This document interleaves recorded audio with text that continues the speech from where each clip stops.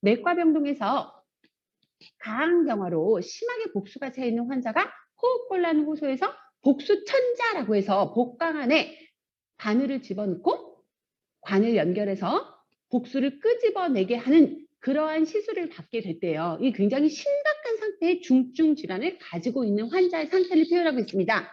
그래서 내과병동에서 이 가항경화라고 하는 건데, 이제 이 가항경화가 되게 되면 당연히 복강 안에 복수가 차게 되고요. 이제 이 복수가 차게 되는 이유는 좀 어렵긴 한데 그냥 여러분 참고로 하세요.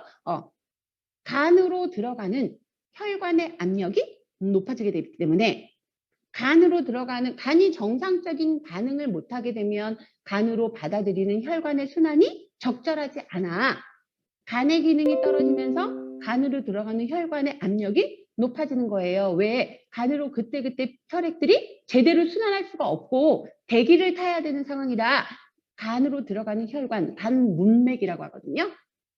헤파틱 포탈 베인 해갖고 우리가 이제 간 문맥이라고 하는 표현을 해부학에서 한번 배우셨는데 이제 간으로 들어가는 혈관의 압력이 높아지니까 얘가 다 가지 못하고 장으로 다시 내려와서 장 쪽으로 이게 굉장히 혈액순환이 다시 몰리게 되면서 장에 있는 수분이 과도하다 보니까 장을 통과하는 혈관의 수분이 과도하게 되니까 이게 복강내로 이동이 되어서 그 과도한 수분이 복강내에 차게 되는 상황이 바로 간경화로 인한 복수의 이유입니다. 그러니까 이제 복수라고 하는 것이 왜 차게 되느냐?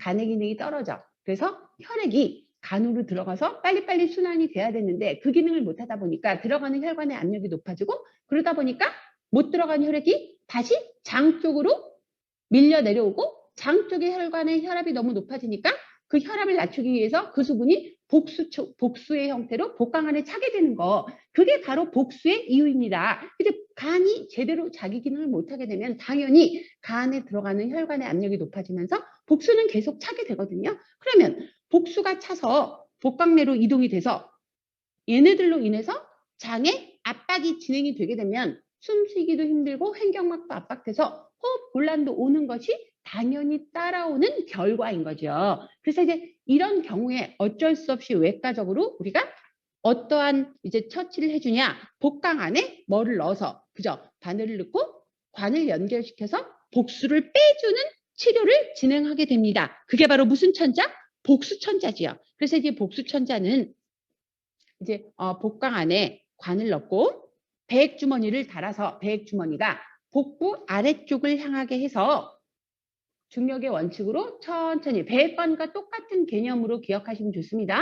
천천히 복수가 밖으로 배액주머니를 통해 빠져나올 수 있도록 시간을 이제 우리가 유지해야 되는 그런 이유가 됩니다. 그래서 복수의 천자를 하게 되면 그냥 한 번 일회성으로 천자를 한다기보다 복강 안에 관을 연결해서 배액주머니를 복부 아래쪽으로 가게 이렇게 위치를 설정하고 이 배액되는 액체, 복수액이 역류되지 않고 지속적으로 복수 주머니, 배액주머니에 차서 밖으로 다 배출될 수 있도록 이런 이제 위치 선정을 굉장히 신경 써야 된다는 겁니다. 그래서 여기서는 이때 간호 내용 간단한 거죠. 이렇게 배액관을 통해서 배액주머니에 복수가 차서 그걸 밖으로 이제 내보내야 하니 배액대내기 역류하지 않도록 반드시 주머니를 복부보다 낮게 거기 옆에 써볼까요? 배액주머니를 복부보다 낮게 위치하도록 신경 써야 된다는 거지고요. 이 이유가 바로 역류되지 않게 하기 위함이라는 거 여러분 같이 기억해 주시면 좋을 것 같아요. 그래서 이제 앉아서 복수를 뽑을 때는 우리가 이제 앉아서 또는 눕히는데 눕힌다 하더라도 앙화의가 아니고 옆으로 눕히는 체위, 이 체위가 좋을 것 같고요. 그 다음에 이제 수분 섭취를 많이 하면 복수가 많이 발생할 수 있으니까 천자를 할 때는 수분 섭취를 좀 제한하는 것이 좋습니다. 시행 전에 우리가 이제 배뇨를 하게 해서 방광을 비우게 하면 훨씬 수월하겠죠.